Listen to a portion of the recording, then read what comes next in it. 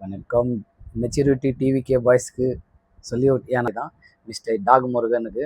Talk முருகனே, நீ யாரையோ தப்பாக பேசியிருந்த, கடைசியில் உன் தம்பிங்களே தப்பாக பேச ஆரம்பிச்சிட்டேடா. ஏன்டா 8% ஓட்டு வாங்கியிருக்கிறான்னு கேட்டால், இந்த கொள்கை கூட்பாடு கூட்டணியெல்லாம் சொல்லி அந்த ஓட்டு எங்களுக்கு தான் இருக்கும், எங்களுக்கு தான் இருக்கு, ஏன்டா இப்போ ஆகலைன்னு கேட்டால் நீ என்ன சொல்கிற?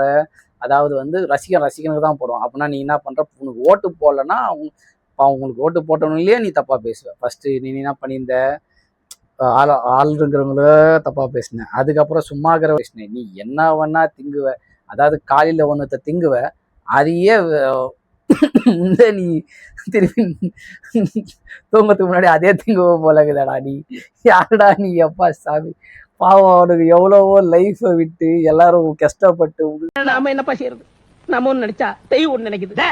தெய்வம் நினைக்கிறது இருக்கட்டும்டா, நீ ஏன்டா நினைச்ச? அவர் ராஜாபரன் ஹைப்பர் ஆக்டிவ் மாதிரி தான் இருக்குது. ஏன்னா வந்து அந்த கட்டியோட பிரெயின் வாஷ் பண்ணி பாவம் அந்த ஆள் லைஃபையே முடிச்சு விட்டீங்க. இதே தான் எல்லா என்டிகே தமிழுக்கும் ஆக போற கதை. எல்லாரும் எதனா ஒரு நல்லது நடக்கும்ன்ற மாதிரி நீங்க ட்ரை பண்றீங்க. அதாவது ஒருத்தர் இருக்கிறது எல்லாம் இருக்கிறவங்க கிட்ட தெரியுறாங்க. இப்போ வந்து இல்லாதவங்க கிட்ட தெரியறதுக்கு இவனுங்க ஸ்டார்ட் பண்ணிருக்காங்க. வெறும் ரவுடி கூட்டத்தை ரெடி பண்ணி வச்சுக்கோங்க. கட்சி விஷயத்தை எழுதுனா அடிக்க சொல்றா, வீடு ஏறி வெளுத்து போடுங்கடா. லாஸ்ட்ல அவன் வாழ்க்கையை முடிச்சு விட்டீங்க. இதான் வரப்போகுது.